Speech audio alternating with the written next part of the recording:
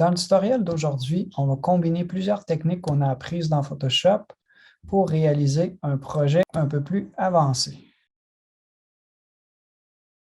Pour les fichiers que vous avez besoin pour réaliser le projet, je suis allé sur Pexels et dans le champ de recherche, j'ai tapé Face, où est-ce que vous pouvez trouver toutes sortes de portraits. Donc, vous n'êtes pas obligé d'avoir exactement la même photo que moi. Ensuite de ça, généralement, j'utilise Pexels, mais un autre site où est-ce que je peux trouver des images libres de droit, ça s'appelle Unsplash. Puis, je suis allé chercher une texture de papier.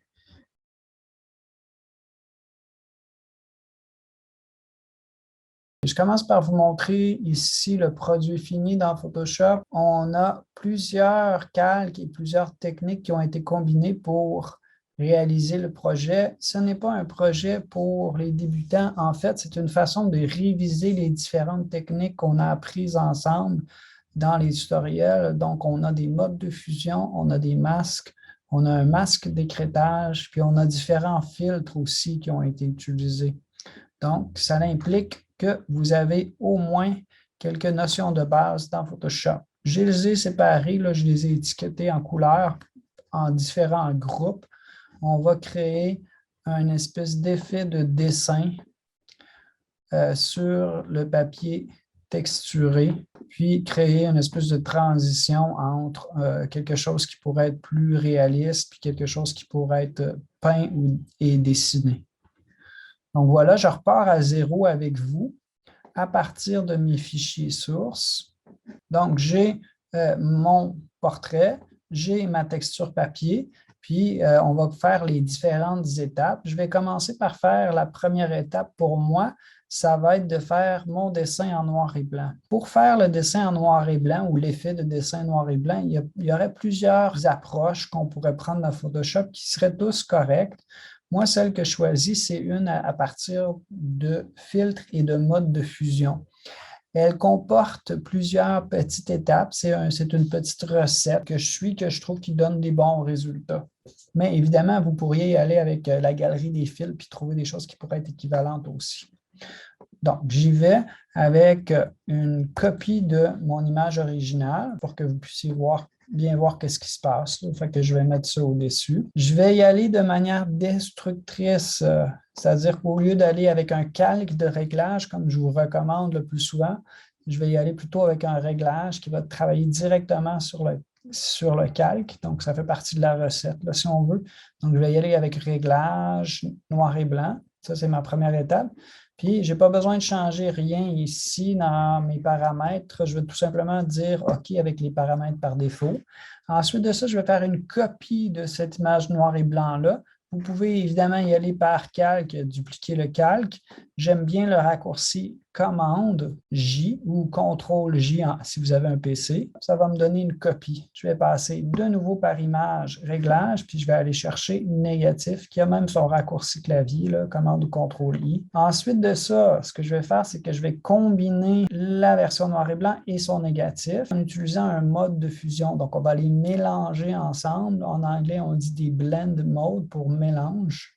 Puis, je vais aller chercher une qui s'appelle densité linéaire moins. C'est dans le mode éclaircir. Ce que je veux, ça va être d'avoir une image qui devient toute blanche. Évidemment que ce n'est pas l'étape finale pour mon dessin. Ce que je vais faire ensuite, c'est que je vais prendre l'image qui est au-dessus. Je vais la rendre floue, ce qui va créer une espèce de décalage ou une différence entre ce qu'il y a au-dessus et ce qu'il y a en dessous. Puis ce décalage-là, ça va créer les lignes. Je vous montre ce que je veux dire. Donc, je vais passer par filtre. Je vais aller dans la catégorie flou. Je vais aller chercher un flou qu'on utilise souvent dans Photoshop qui s'appelle le flou gaussien. Je vais cliquer sur ce flou gaussien-là. Plus vous augmentez le rayon, plus vous voyez qu'il y a cette espèce de décalage là, que j'ai appelé entre l'image au-dessus et en dessous. Puis on voit apparaître des lignes qui peuvent faire penser à un dessin au graphite. Dépendamment de l'image, du détail que dans l'image, vous pouvez mettre différents rayons. Faites juste regarder la prévisualisation puis juger à partir de ce que vous voyez. Je vais dire OK pour ça. Pour bien classer ça, je vais cliquer sur mes deux calques. Je vais les grouper en allant cliquer au bas de la fenêtre calque sur le petit icône du dossier. Ça va me créer ce qu'on appelle un groupe dans Photoshop. Ça va être mon groupe dessin. Puis, je vais lui donner une petite couleur pour que vous puissiez l'identifier. Là, ça, c'est mon groupe dessin. Au-dessus de mon groupe dessin, ça, c'est ma texture papier. Ma texture papier, je vais lui donner comme un effet comme si ce papier-là était déchiré. Donc, je vais prendre ma texture de papier, je vais appliquer un masque en cliquant sur l'icône pour ajouter un masque, ici en bas de la fenêtre. Pour le moment, mon masque, il ne fait absolument rien. Cette vignette-là me dit que tous les pixels de ma texture de papier sont visibles. Ce que je vais faire pour en masquer, c'est que je vais venir travailler avec un pinceau noir. Je vais aller me choisir un pinceau qui va être un petit peu plus intéressant qu'un simple pinceau rond. Si jamais vous n'avez pas accès à tous ces pinceaux-là, il faut passer par le petit menu pour obtenir les pinceaux hérités, etc. Je vous invite à aller voir mon tutoriel où on parle des pinceaux aussi, justement, si vous n'êtes pas sûr comment faire ça. OK, je vais prendre la pointe de mon pinceau puis je vais la grossir un petit peu. Puis là, on voit son aspect. En ayant une couleur noire en premier plan puis en peignant dans le masque, je vais réussir à effacer tranquillement un peu la texture papier. Mon idée, c'est d'avoir un contour qui va avoir l'air un petit peu plus naturel ou abîmé ou déchiré. Pas besoin de m'attendre à avoir le résultat parfait du premier coup. Je peux toujours réajuster un petit peu plus tard si jamais ça me plaisait moins. Donc là, ce que j'ai, c'est une moitié de ma feuille de papier. Mon étape suivante, ça va être de prendre ma photo originale, qui est maintenant en dessous. Là, je vais la mettre au-dessus, comme ça. Puis de plaquer cette photo originale-là sur la moitié de papier. Puis comment je vais faire pour faire ça? Je vais me servir d'un masque d'écrêtage ou un clipping mask par le menu calque. Puis je peux dire créer un masque d'écrêtage, comme ça. Ceux qui aiment les raccourcis clavier, vous pouvez flotter à la frontière des deux calques puis enfoncer votre touche Alt ou Option. Puis là, ce que ça va faire, c'est que ça va plaquer notre image sur la moitié de la feuille de papier.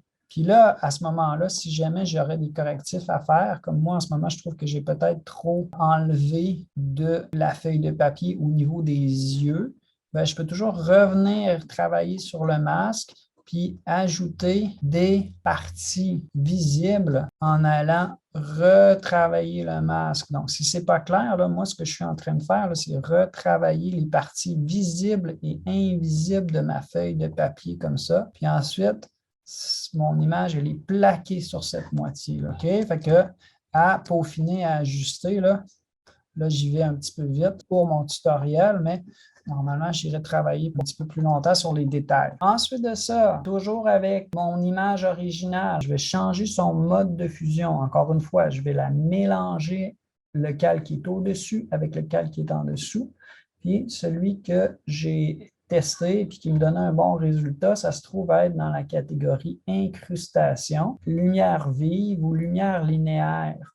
La catégorie incrustation, c'est pour les contrastes. Ça va faire ressortir les couleurs plus claires puis les couleurs plus foncées. Et là, moi, je trouve qu'avec lumière vive, ça donne un effet qui est un peu peint. Pour aller plus loin avec ce projet-là, bien évidemment, vous pouvez reprendre les techniques qu'on a vues puis l'appliquer sur une photo qui serait complètement différente. Vous pouvez aussi vous inspirer de certaines de ces techniques-là puis faire vos propres créations. En fait, une fois qu'on a une bonne maîtrise de nos techniques en Photoshop, il n'y a pas de limite à ce qu'on peut créer. Donc, je vous invite à faire vos propres explorations et vos propres créations.